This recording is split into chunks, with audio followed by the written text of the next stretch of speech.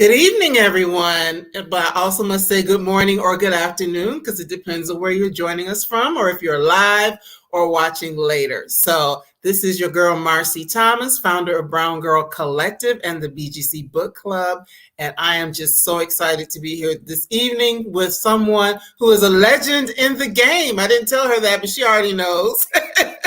But yeah, she is a legend in the game, someone who has been writing for several years and took a hiatus, which we're going to get into that a little bit. And now she's back with something new and exciting that I have actually had the chance to devour already. So I hope that you all will enjoy it as well. Now, I am coming to you from the outskirts of Atlanta, originally from Cleveland, Ohio. So if anybody's from either of those places, please shout it out. I've lived a lot of other places in between, but those are like number one and where I am right now. So if you don't mind, you can let us know where you're joining us from. If it's your first time, you've been here before. If you've read the book, if you have already read tonight's book, please don't give any spoilers because we don't believe in doing that in this space. So without any further delay, I do want to go. Oh, yeah, one of my best friends is here who grew up with me. Yes, Cleveland. Yes. Yeah, so thank you for joining us, Terry. Appreciate you. Yeah, and in Atlanta. So yeah, I would say she's following me, but in this case, I think I followed her. So without any further delay, I do want to go ahead and introduce the book of the evening, which is Connie Briscoe's You Never Know. Now, Connie Briscoe has been a full-time published author for more than 25 years. Over that time, she's written 9 books, plus the one we'll be talking about tonight, You Never Know, her first domestic suspense novel, and it is very suspenseful.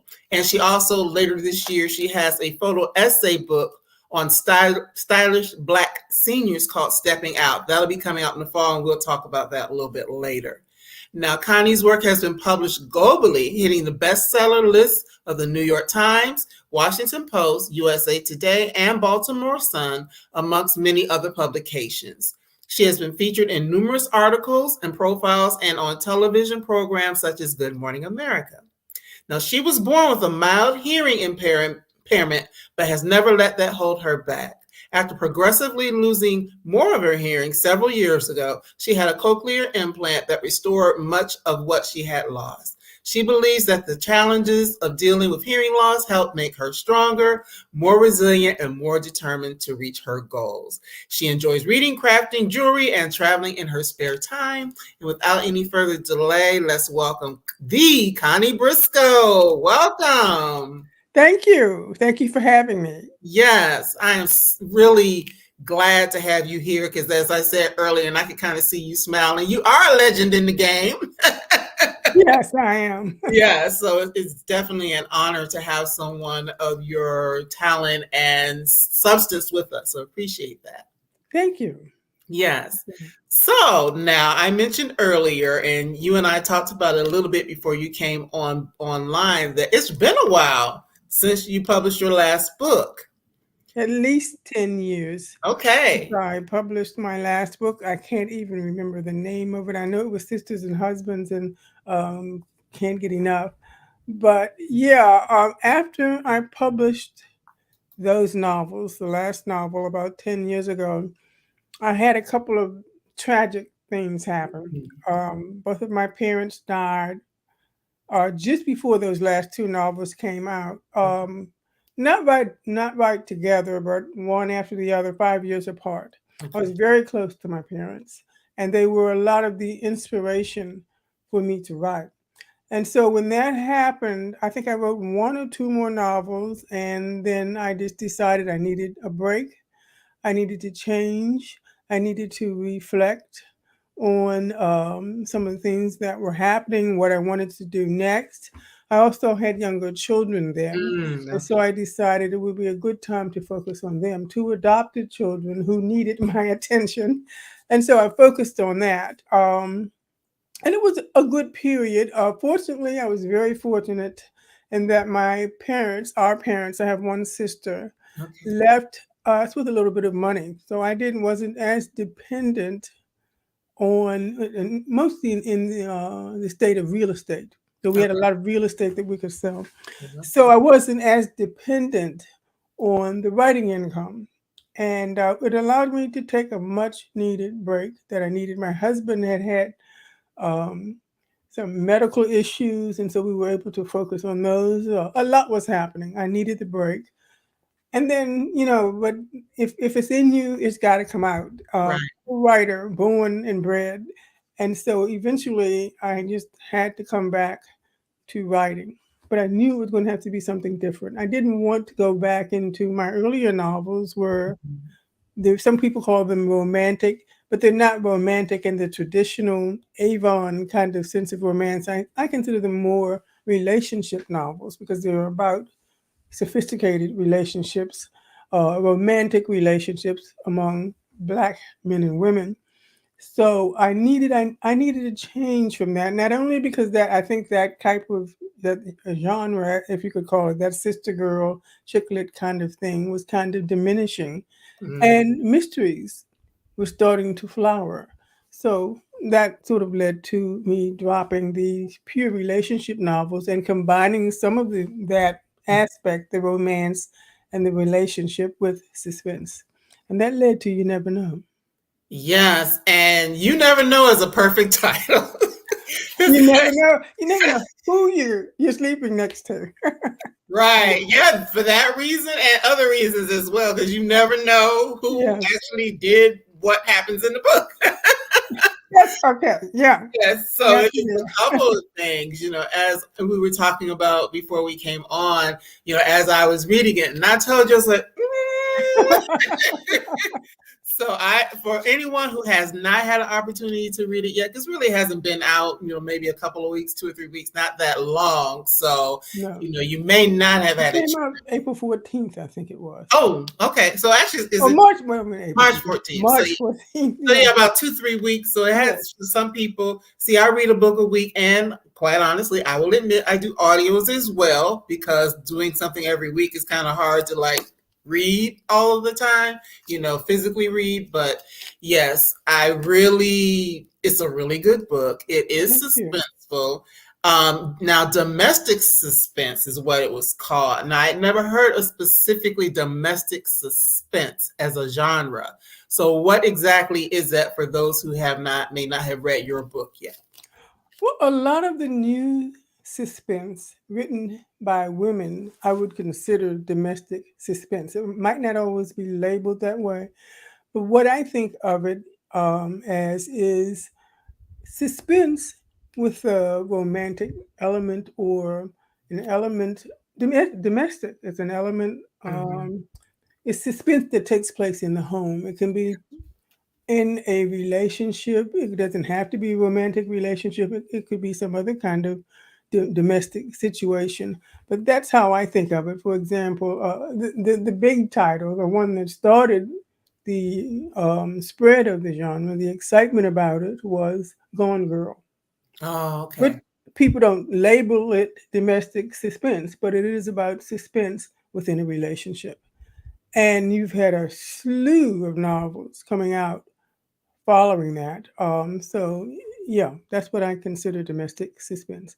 Instead of the political crime novel or the Agatha Christie kind of who done it kind of novel, the domestic suspense novel is about suspense within a family or a home relationship kind of thing. And this definitely is that. So, just give us a little synopsis of what the story is about. The story is about a woman named Alexis, and I was just trying to remember her age, trying to scan through the book. I think she's about 38, late 30s, Yes, late 30s. Mm-hmm. and she's never been married.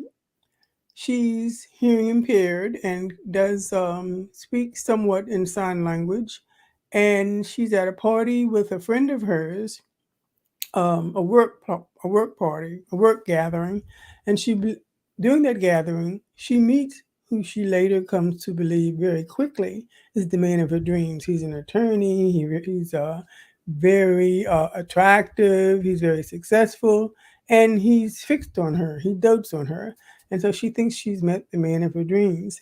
And this is about how she finds out that he's not exactly the man of her dreams.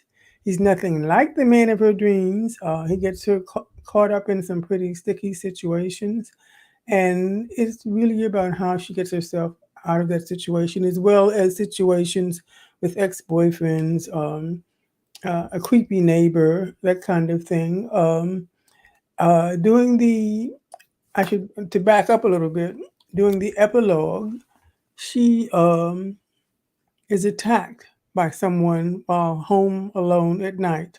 By Mm-hmm. this time, she is married to her husband, Marcus. Mm-hmm. And so throughout the novel, we're kind of wondering who it was who may have attacked her. Was it her husband? Was it her neighbor? Was it the crazy ex boyfriend? And that's pretty much what the novel is about. You never know who is around you and what they may do. Right. And I'm gonna be honest with you, there were parts of it I could resonate with, especially crazy ex-boyfriends. Because who Yes. here has had one like me? Oh, really? Yeah, I'm sure there's some other people in the comments. And a couple of my friends and my mom usually watches as well, so they know exactly who I'm talking about. Oh, really? Okay. Yes, but I mean, it's a So person something that, similar happened to you that happens with her ex boyfriend?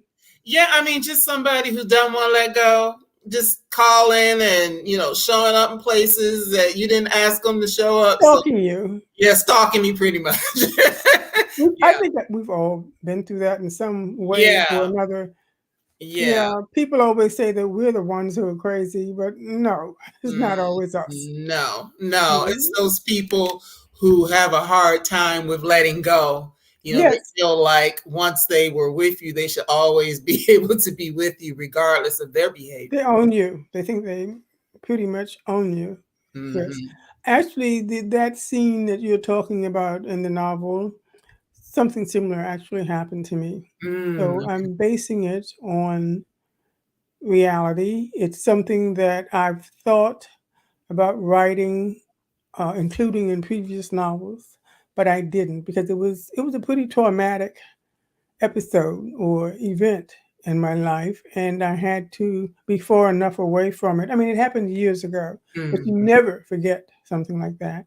And I realized it's also something that happens to a lot of other women in mm, some form or another. And so I decided to go ahead and include it. This was the right novel for it. I don't think my earlier novels would have been the right setting for this type of episode. And mhm. what we're talking about, basically, without getting too much into it, is without giving away too much, is that she's sort of kind of attacked by an ex boyfriend, the main character, Alexis. Mm-hmm. Mm-hmm.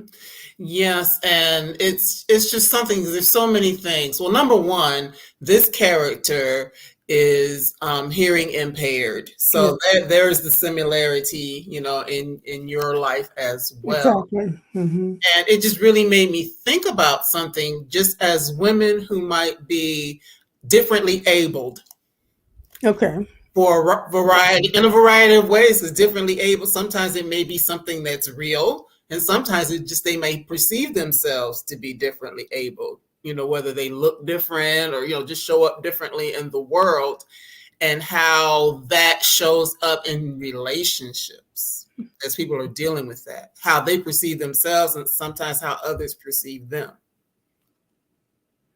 You asking how that shows up in relationships? Right. Um, I sometimes have to think back because I've had a cochlear implant. I had that, in about 2003. Wow, time goes so fast. So 20 years now. I have to think about what it was like before I had the implant. I would not have been able to talk to you like this before I had Mm, the implant because I had a severe hearing loss. And in relationships, I coped the best I could. I had strong lip reading skills, but it certainly does. It takes a certain kind of man, I think, to deal with a woman who is challenged in those ways. And some men are willing to, they consider it, I guess, an adventure or mm, a new experience. And then others don't want to go there. And so you just learn to, I didn't let it impact me too much fortunately, there were enough men who were interested regardless. And I didn't have to worry about that too much. You learn to compensate in so many ways. I think a lot of men think of themselves as sort of rescuing you and helping you because you're helpless and defenseless, and they quickly learn that wasn't necessarily the case. Right. I've always been very independent and very strong-minded. My husband calls me fiercely independent, and he's probably right. And Mhm. I think maybe in some ways, because of the hearing loss and because people were so quick to pity me and want to help me, that made me more determined to be capable or self-capable of taking care of myself in some ways. Maybe I overcompensated or still do about that because of some of my past. And some of that is being a black woman. Some of That too, and you add on to that being a black right, woman who's hearing impaired. And right, so, it really it can work either way, I guess. But for me, it just made me stronger, tougher, right. more And one determined. right in the book, Alexis, it's something like for her, and like I said, this isn't giving anything away, but it's like she has not had an implant, for Yes, as the story starts out, and there's help that she needs. There's things that she needs, and she's a woman, and there are some women and men that are this way. That she seems to never be satisfied unless she's in some sort of relationship. yes. And there are a lot of women like that. I Mhm. don't think I'm one, but I prefer being in a relationship, but I also can enjoy having time to myself. But I do know a lot of women who are not happy unless they are in relationships. And sometimes what that leads to, maybe in the case of Alexis, is Mhm. being with less than desirable men because you're willing to compromise and accept what you might not accept if you didn't have to be in a relationship at that moment. So that's a part of the reason why she gets into the trouble she gets into, is because she wants to be with someone, and he's not just anyone. He's quite successful. He's quite attractive. So yeah, she falls pretty easily for Mhm. those reasons. Mhm. Yes, and as I was reading, it's like sometimes you talk to the TV screen. I was talking to the book. I'm Sonia, don't do this, or like, what is going on? Because I mean, from an early point for me, like we talk about having experiences and you learn from your experience. From an early point, there were certain things I'm like, I don't know about that. That doesn't seem right. That doesn't look right. like what, for example? Like how she meets him at the party, and someone else comes up and is like all in his face, and then he kind of Oh ease yeah, off, and then it takes a while for him to get back to her because when we find he out puts why. up with a lot, but you know what?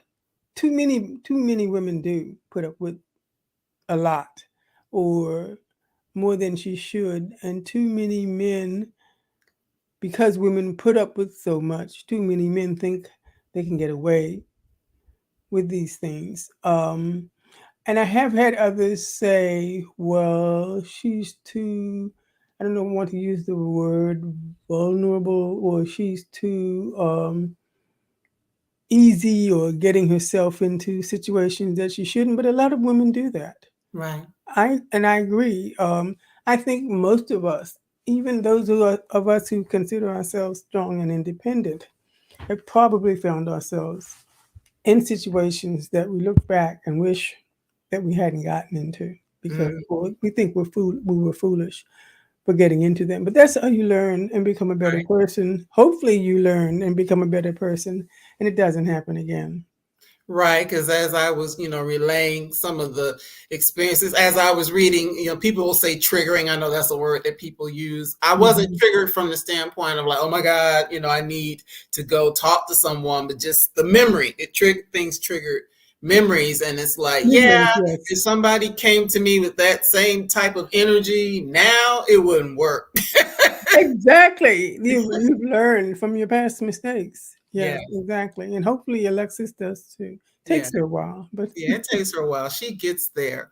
But it's something. It also shows you, and we see throughout the book, and there's this saying, it's like when people are trying to get to know you, they send their representative versus who they really are. And we yes, see we they see show that in you who Marcus. they want you to see. I mean, that is so common.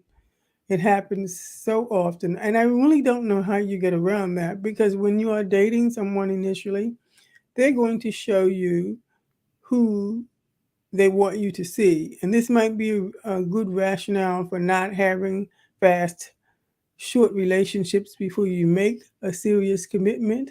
Mhm. But even I've dated guys for 1 or 2 years and they still ended up being not the person I Right. thought they were. So what's the answer to that? I don't know. You have to, there are always risks in love and life in general. And you can't live your life worrying that if you take this step, that the outtake or the outcome is going to be negative or less than desirable. Mhm. Mhm. Yes, one of the things also back to the whole thing of being a black woman who's hearing impaired.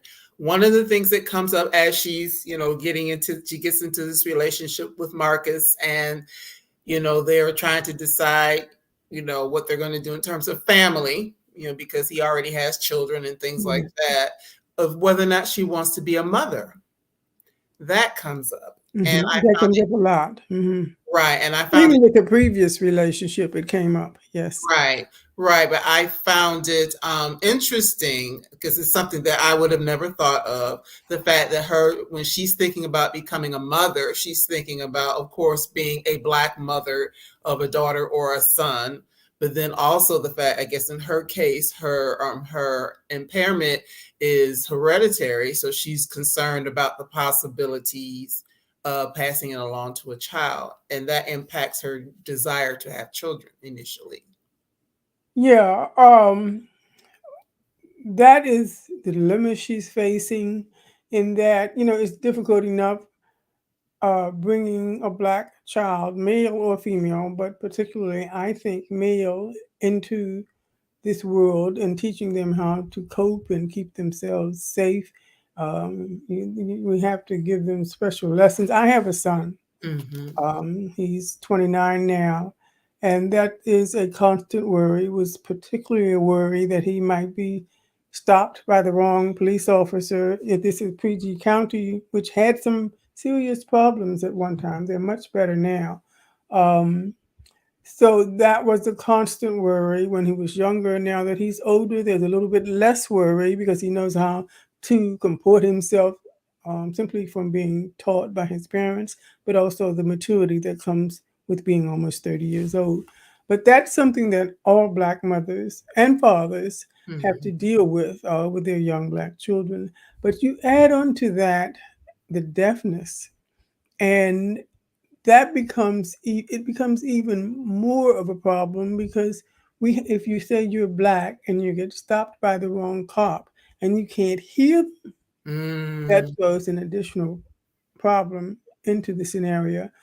Then there's the fact that deaf people are discriminated against just as black people are because they are deaf. You think about how we talk about how black people are portrayed in the media. Think about how deaf people, someone asked me, what do you think about how deaf people or hearing impaired people are portrayed in the media? My response was, they aren't Yeah, because as you portrayed in said it. that, It's I'm like they don't exist. like, mm. And that's simply not true. There are a lot, I went to Gallaudet University, so I know that there are a lot of intelligent, capable, attractive, deaf, and hearing impaired people in the world who are doing great things, but you would never know it the way the media depicts them. So they also deal with their own issues, and so when you compound that with being black, a female, and deaf, I often speak of it. Maybe I shouldn't, as a triple whammy. And so Alexis struggles with this idea because she knows the effect it's had on her. She struggles with this idea of bringing children into a world where they would face all these obstacles because of their race, their gender, possibly if it were a male or a male, even a female child, um, as well as their hearing impairment. So she struggles with this. She eventually, well, I don't want to give too much away in the book, but she definitely struggles with this. Mm-hmm. And, even in that struggle, without giving anything away, she struggles with it. And she also, what I love is that a woman always has the prerogative to change her mind. Yes, they absolutely do.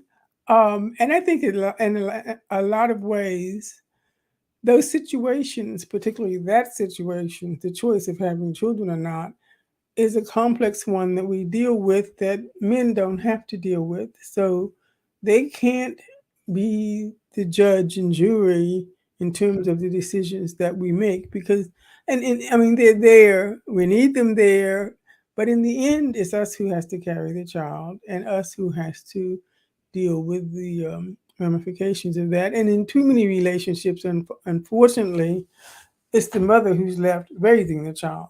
So, yeah, it's complicated. It definitely is, just to think through that and to have, like we're dealing with nationally. I'm outside of childbearing age, so it doesn't impact me personally, but I do know that there, people are trying to tell you what to do and how to do with your body, what choices to make. And, Hmm. we deserve the right to maintain our autonomy over our own bodies and make Absolutely, decisions yes. that work best for us in the long run. Oh, I definitely agree with that. That does play out somewhat in the novel, and I don't want to get too much into the details surrounding that. At the time I was writing it, um, that whole situation was much just a couple of years ago when I was started writing this. That whole scenario dealing with abortion and birth control and all that was much bigger, a much bigger topic in the media. It still Right. is in some ways. And I went back and forth. I mean, I have my own viewpoints about that, and I went back and forth about how to portray that in the book, how to have Alexis deal with that in the book. It's a complicated issue because I'm kind of conflicted about some of it myself, and that may some people may feel that that shows in the way I had Alexis handle it.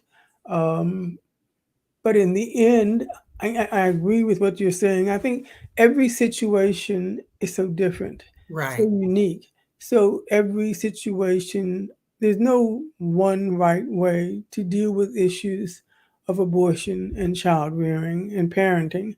I think it has to depend on the woman, her husband, and her doctor. Right. Is the way I feel about it. And if you disagree with it, then don't do it. But if I think that should be left up to the woman to make her decision about them. Mm-hmm, mm-hmm, absolutely. Definitely should be her decision. One of the things that I also saw play out in the story is that sometimes the things that other people are doing can cause, we all come with our own set of insecurities. Everybody has them. Hmm. But sometimes people will do things to you or in your orbit that will make you be even more insecure. And I saw that happening a lot with Alexis, where, with Marcus over time. I mean, without telling the story, at a point it changes, but for a while it was kind of like, whoa, you wonder, does she have a mind of her own? Is she just going along because he is handsome, he is wealthy, he can provide her with all of these things, but it's kind of like, I definitely see whatever little sense of self she had at the beginning, there's a point where I see it starting to dwindle away. It definitely does. And I've seen this often in relationships between men and women where the woman really wants to hold things together. And in some ways, she sacrifices a part of herself in trying to hold things together until she reaches a point, at least with Alexis, where she's realizes maybe she's giving up too much of herself to try to hold this thing together that's really not worth holding together in the first place, as she comes to quickly realize. I think that in Alexis, you have a woman who was so desperate or so much wanting this relationship to work, as whereas her husband, I think there's an initial attraction there, but it's maybe not quite. He's been down this road before. He Right. had a marriage before, and it didn't work. So he's not as tied to her to making it work maybe as she is, because this is her first relationship. She wants it to be her last relationship. Marcus is her dream man. So she really has some desire, to a stronger desire, I would say, to see that it works. And these are things that happen a lot. Yes. Um, there are a lot of things that happen that we see, and that on the outside looking in, we're like, girl, like, what's going on? But things that a woman may see happening in the context of her relationship, or even the relationship of a friend, where a person is maybe really possessive, or they don't want you to go out with your friends, or just different things like that. But then there is something called financial abuse that happens as well, that you don't hear about that as That's an much. interesting way to put it, But financial you, abuse. but you touch on that, Yeah, and she does definitely go through that. Um, and that can be fine in the beginning if he's generous with what he has and he's not using that to control you. But if a man begins to use those finances as a way to rein you in or to control you, then it becomes something else entirely. And I think Alexis discovers this as Marcus, as she wants, I guess, more freedom and wants more independence. He wants to tighten things up, and he uses the finances in some ways to try to rein her in. And I think in some ways that is one of the things that gets her to realize that she's got to do something about this. right, It's getting too carried away. He's getting too possessive, too controlling. And she thought to take some initiative. I think that's probably pretty much when she does start to take some initiative to try to free herself and to gain some independence, right. um, by getting her own funds or source of funds and not having to depend on him. Um, Unfortunately, not a lot of women never do this. Mm, And one of the things I was trying to show with that is that you don't have to put up with that. If that, you have some men who may be the breadwinners, and they're always very generous with mm, what they have. The woman does not feel he's trying to possess her or control her in one way. Maybe she wants to focus on the children. I have no problems with that. right. But then when a man is using those his assets and the funding to try to control you, to get you to behave in a certain way, then that becomes a problem. Mm-hmm, To mm. me, anyway. Right, right. And I mean, it's something because, well, of course, obviously they're at a different economic level anyway, with him being a lawyer and things like that. Because a lot, especially in Black families, a lot of times it can't be, a lot of women can't stay at home because that income That's true. necessary. That's very true. Or in some cases the woman is the breadwinner, which that's a whole nother dynamic. Well, yeah, that happens in a lot of Black families where it is the woman who's the breadwinner, and that can cause, like you said, a whole different, separate set of issues, especially if the discrepancy is grows and becomes even deeper. Then I think you're dealing with issues sometimes where men have issues of inferiority, and women have to sort of compensate for that. That doesn't happen in this novel, but that's a whole different dynamic. Yeah, Yes, it is definitely a different dynamic with that. Um, what I love so much about Alexis is that there's a point where she wakes up and she begins to do some things to take her power back. exactly. And I love seeing that, that she does not allow, whatever those insecurities are. She doesn't allow the fact that she is, hearing impaired. She doesn't allow these things to continuously keep her in a position of being lesser than in the eyes of anyone, her husband or anyone else. And I really love seeing that. So for you, how important was it in this book specifically, but in general, how important is it for you to have women characters who kind of find themselves and find their way in finding themselves? I think if you look at most, if not all, of my novels, they generally feature main characters, women who have some kind of vulnerability or weakness or issue in the beginning, but eventually learn to overcome that and to become empowered. That's not just with this novel, but with Sisters and Lovers, PG County, probably pretty much all of my novels. That is a theme that often runs through them because I see myself as a woman who, as a younger woman, was not always as strong, certainly not as strong as I am now. That took time to develop the confidence and the strength that I could go it alone, that I could take care of myself. It's nice having a partner. It's nice having someone to share your life with, but I'm perfectly capable of taking care of myself and living the life, a good life, on my own.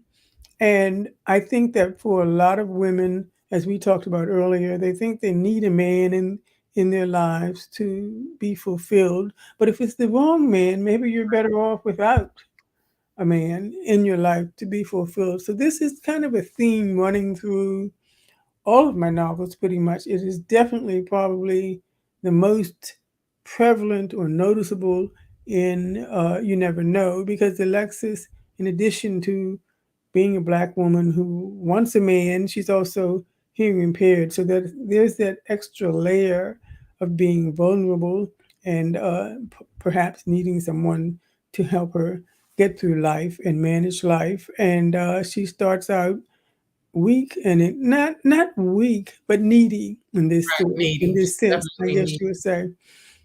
And it's really about how she overcomes that to become more self-sufficient. And you were talking about, you touched on it, we touched on an issue a couple of times. I think one of the things, there are many things, but one of the things that drives her to become more, and I don't know if I want to give this away yet, but there is something that happens to her in the book that drives her to realize that she has to become more self-sufficient because she has someone she has to take care of in the Mm, future. mhm. That's as far as I'll go with Okay. that. Yeah. But because it's a kind of mystery there as to which way she will go in the novel. But that is one of the things that wakes her up and makes her realize that she's got to learn to stand on her own 2 feet. Hmm. But just in crafting the story, I really love it because it is suspenseful. Because we know we've talked about Marcus, and so anybody would know that if something's happening and it's in a household and something goes wrong, the first person they're usually going to look at is the spouse or the partner. Mm-hmm, But mm-hmm. we got him, we've got an ex-boyfriend, we've got a neighbor, we've got a former friend. There's a whole bunch of people that when we go back to what happens in the beginning of the book, and something bad happens to Alexis, and as you're reading the story, at least for me, it was like, well, it could have been, or maybe it was, or maybe it wasn't, or it's really, I love the way that you crafted the suspense element of the story, because I was really like, I wonder who it could be. And then So you're surprised when you find out. yeah, I was surprised when I found out. Yes, what happened, but how challenging was that for you, or was it challenging to kind of It's craft definitely the story? challenging.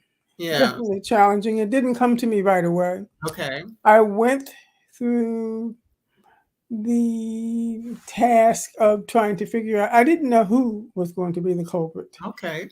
in the end. I went through each one of them, played it out, trying to figure out which would it be. Is he too obvious? Would this one be a surprise? Would he really or she really have done it? And I think the ending, what I ended up with, because I have been going back and forth between all of these things, trying to come up with something that would be special and different. Mm-hmm. This just sort of came to me out of the blue. And as I went through it initially, I was thinking, no, I can never make that work. But as I worked with it and toyed with it and got into it, I realized that it made a lot of sense. To Mm-hmm. me, it made a lot of sense in terms of how it unfolds. Mm-hmm. And you never know.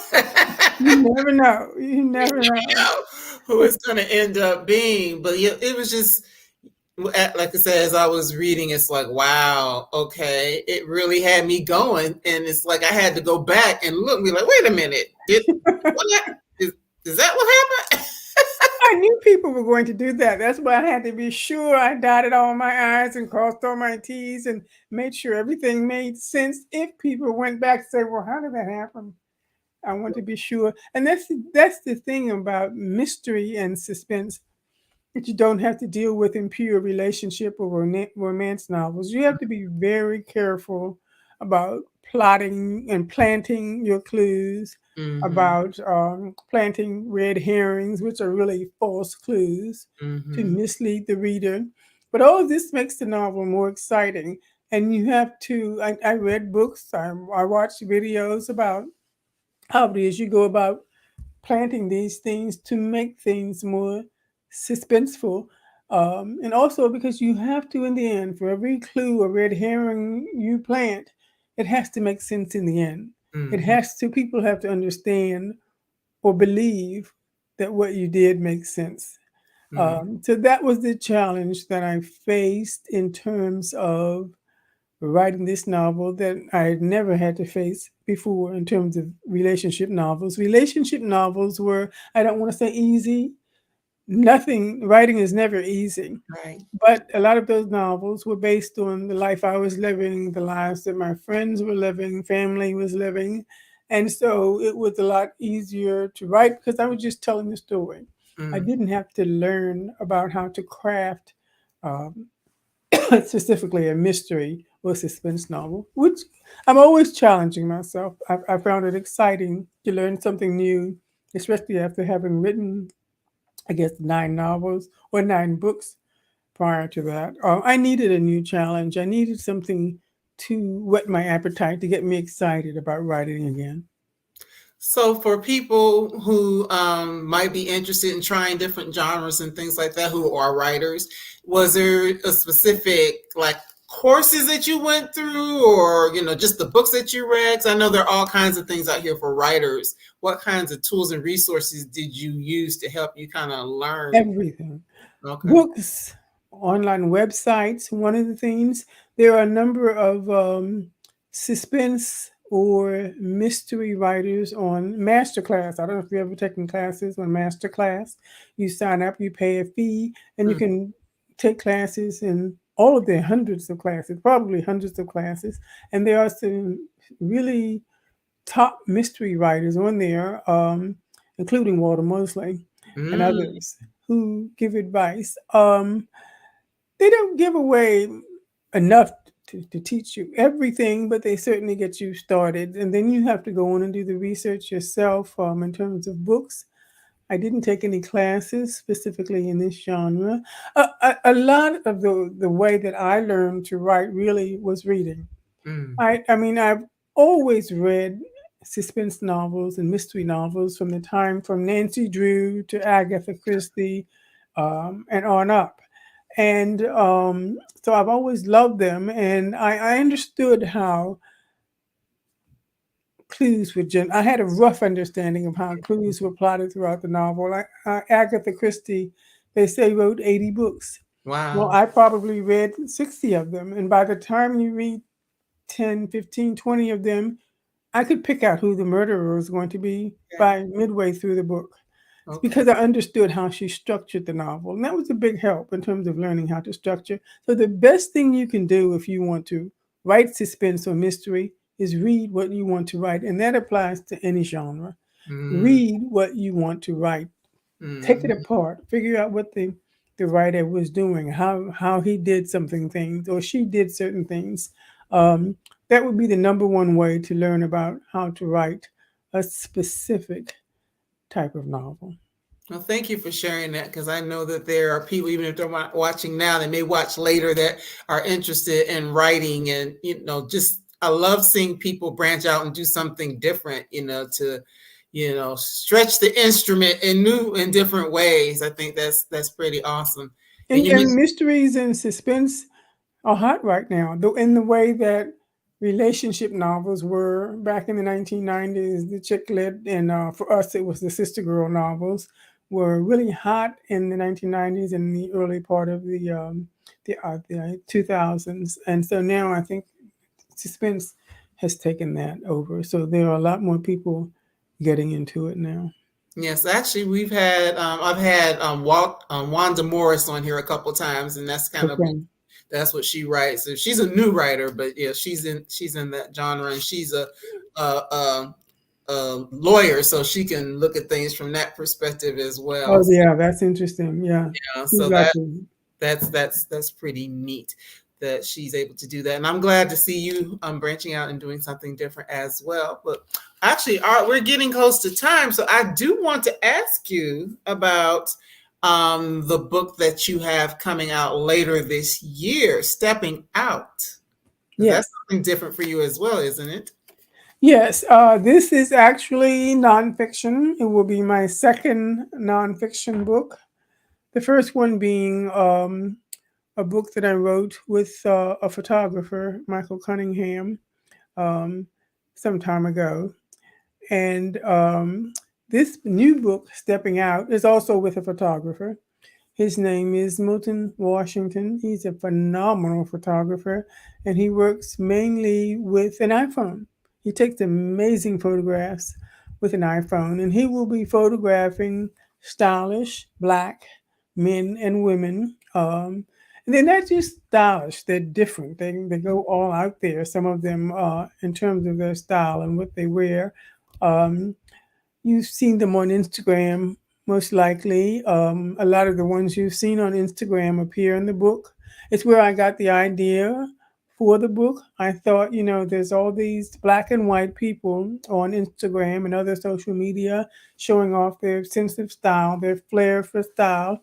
And I thought, well, nobody has more flair than we do No, that's when right. it We comes to invented it. style. It needs to be a book about us. And so I mentioned it to my agent. She loved it. She was the one who discovered the photographer, and he takes the pictures, and I write profiles for some of the people who are featured in the book, where they discuss why they're interested in style, what their sense of style is, a little bit about their lives and their backgrounds. And so that I'm excited about that. That should come out in the fall, perhaps around November before the holidays. It'll be the Uh, perfect Christmas book. that Looking sounds for like a gifts. coffee table book. A coffee table Yeah, book. yeah, stepping out. Yes, Yes. it'll be beautiful.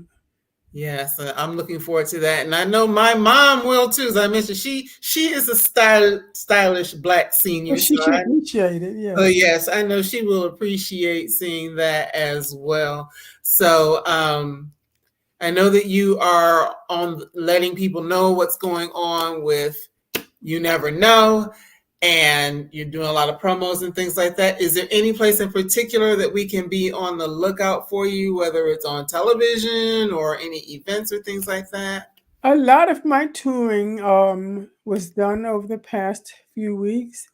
The next big event, I do have something online coming up, and I can't think of what exactly it is or when it is, but the next big event will be a festival in Miami. Hmm. It's a book, music, and film festival in Tampa Bay. If you Google that, you'll probably come up with it. But I'll be doing talking to one of the promoters, one of the people putting the festival on. Um, I believe Victoria Christopher Murray will be there, Rashonda Tate Billingsley, and some other people who you've probably known. So that will be exciting. I don't know if any of it will be broadcast either on television or on the web, but it wouldn't surprise me if it was. It's a pretty big event that will be going on. I'm excited about that. But other than that, I'll be doing maybe a few more things like this. Um, some online things, writing. Nothing in particular, though. Nothing that, other than the Tampa Bay event, that strikes me. Well, that sounds like it'll be exciting. Plus, just going, well, we're not going to talk about Florida in the negative right now. Yes. That'll be You want easy me to to go do. to Florida? Sure. Woo! Don't have to ask me twice. Yeah, that's a whole different type of conversation. The things that Yeah, in May too. The perfect time to go to Florida. Yes. Yes, yes, but I love that writers and creators are still going into that space. I mean, all spaces, but that space particularly, since there's a lot of things going on where they're trying to silence people's voices. So yes, keep going in there and doing what you do and telling the stories that need to be Yes, I told. certainly will. I certainly will. And That's I want just to thank you for what you do for writers and giving us the opportunity to tell our stories and showcase our voices and get the word out. It's a big help. Well, thank you. I appreciate that, because, I love to read. And you mentioned Walter Mosley earlier. My father passed away 5 years ago, and Walter Mosley was his man. He Oh, really? loves, You liked Walter mostly. yes, he loved some Walter Mosley. As a matter of fact, Walter Mosley had a book come out like not too long before my father had passed away, and I bought him that book and sent it to him, and that Mhm. was like the last book he read before he passed. Oh, So yeah, so yes, sorry to like hear that. But yeah, yeah, Walter Mosley was out there doing it before the rest of us were. He sort of paved the way. Yeah, hmm and that's the beautiful thing. People ask me about how writing has changed in the hmm 10 years that I've been away. And what I'm seeing is that although Black writers, we're still not getting paid as well as hmm white writers. We have a harder time getting published. Although it's better, we still have a harder time getting published. But what I've noticed is that there are a lot more editors, publicists, and agents who are Black. When I was doing this 20 years ago, um, there may have been one or two at a publishing house. Now there are multiple, and that has helped to get. There's certainly more Black books out there than there were 20 years ago. We have a much wider selection. So there have definitely been some positive trends. We still have a ways to go in terms of getting us on par with other writers in terms of salaries. Um, but we've also made progress in terms of the kinds of books we write. Back right, then, it was mainly just relationship and one or two mystery novels. Now we write in all the genres, right. and that's a good thing. It definitely is a good thing, and I'm glad you mentioned that. Just about the fact of writing across genres, and I just like seeing a diversity of stories as well, Yeah, even within those dramas, because or within the different types of genres, I should say, because I one of my favorite genres is historical fiction. But for me, it doesn't always happen. Does it always have to be slavery? Does it always have to be the there were civil many rights movement? periods that you can write about. Yes, Yeah, there's so much, so many other stories that we can tell. Or even if you are and telling some are being that told. story, Yeah. tell it, it doesn't just have to feel like it's the same thing, wash, rinse, repeat. It's the same thing because we like to see joy. We want to see triumph. We want to Yes. see things where we're victorious. We don't always want to see, Yeah, and slavery can never be about triumph, I don't think. right, Well, I mean, it can be, but there's always a negative side to it. always a You can't negative. get out of it. Yeah. You never get out of it. And yeah. Right, right. But when there are those stories where people did triumph, like there was one, and right now I'm not going to get the title right, but not too long ago we did one where the women had refused to have babies because they didn't want to bring more slaves into That the really world. happened. Or Yes, stuff like they that. would get rid of their babies after they were born rather than have them live a life in slavery. That Right, really happened, yes. When right. I was So, writing A Long Way from Home, my historical novel, I came across stories like that and other stories that I couldn't believe. But Mhm. it's not surprising, you know. It Mhm. was So a it's good. difficult time for sure. Right. It was good to see the diversity. And I love the diversity of your book, for a couple of reasons. Number one, it's something new for you as an author. And then also the fact of bringing in someone who is, I'm going to say differently abled, because those are the stories that we definitely don't see, as you mentioned Yes. earlier. You might see a blind character, but I can't think of any time I've ever really seen a deaf character in a book or even Really? television Well, shows. Like, Marlene Matlin years yes, ago. her. I mean, a Yeah. black person. But that's how, yeah. Okay, but that's how bad it is. Right. And then there was another movie that came out recently where Creed, I believe his girlfriend, I haven't seen it, but Okay. if you've seen the movie Creed, his girlfriend was hearing impaired. Okay. Oh, it comes out once in a while, but not nearly enough. Not nearly enough. And I mean, we need to show that. So I'm going to be honest, reading your book has challenged me. Okay. Even in as I am bringing guests into the space, whether they're writers in on the BGC Book Club, I also do something called Live Well Sister on Wednesdays, where we talk about just ways that we can live well. So you've challenged me. I need to bring in some people who are living well, Okay. who are outside of The mainstream, yeah. Yeah. mainstream. We need to do that, whether whatever the ability is, we need to be able to acknowledge them, because we're out here. If there is a what should I say, the word's not coming to me right now, but we fit into every category. Yes. We fit. Yes. We're some of everywhere, so it's important to Yeah, tell. we're everywhere. Yeah, exactly. Mhm. We exist in every group. There are some people that look like us, and just to be aware of it, because I think that knowledge and that understanding helps us to have better relationships with one another, and we don't have to operate when we're dealing with people from a place of ignorance. Okay.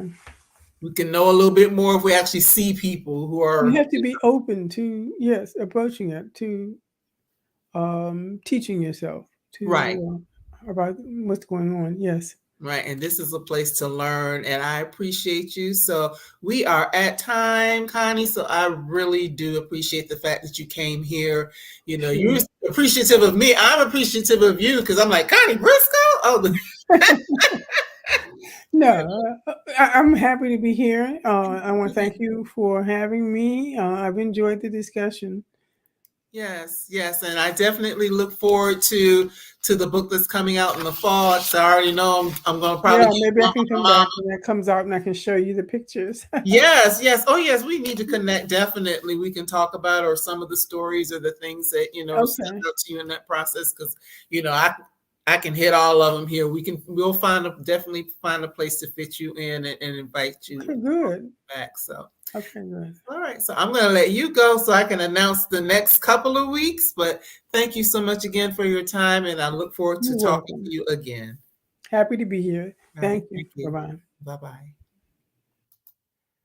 All right, that was a wonderful conversation. You see, I was smiling because Connie Briscoe is someone that I read, back in the day. So exciting to be able to hear from her now and have her in this space, and it is indeed an honor for me. So, by means of what is coming up next, actually, next week's book is going to be a little different from what I normally do on a Monday, because Mondays are usually like either fiction books or occasionally a memoir. This time it is a nonfiction book, and it's Real Friends Talk About Race.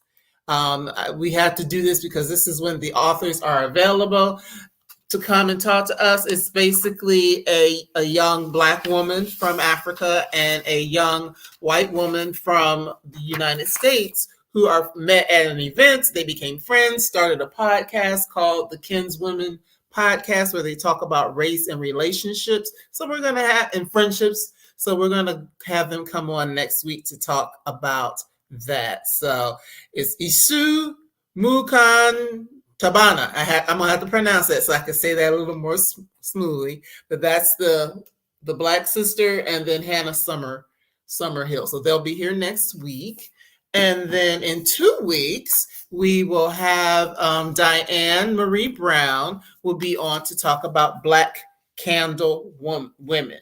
And that's a beautiful cover. I'm trying not to get too close to the light because it becomes distorted, but that is a beautiful cover. So I'm looking forward to having Diane with us as well. And this is her debut novel. So betwixt and between, if you guys can just continue, or you ladies, not guys, if you can continue to follow, continue to share the books and the authors, grab copies of the books so that you can read them, or if it's something you think a friend who likes to read would be interested in, please share them, because it's important to support our writers, because as long as they're writing and we're supporting, then we'll start to see some more of those diverse stories, as Connie and I were talking about. And there is a Brown Girl Collective bookstore. It's a part of Bookshop, and you can find Connie's books and all the other ones that you see me talking about, or people come to this forum. You can get those books at browngirlcollectivebookstore.com, which is attached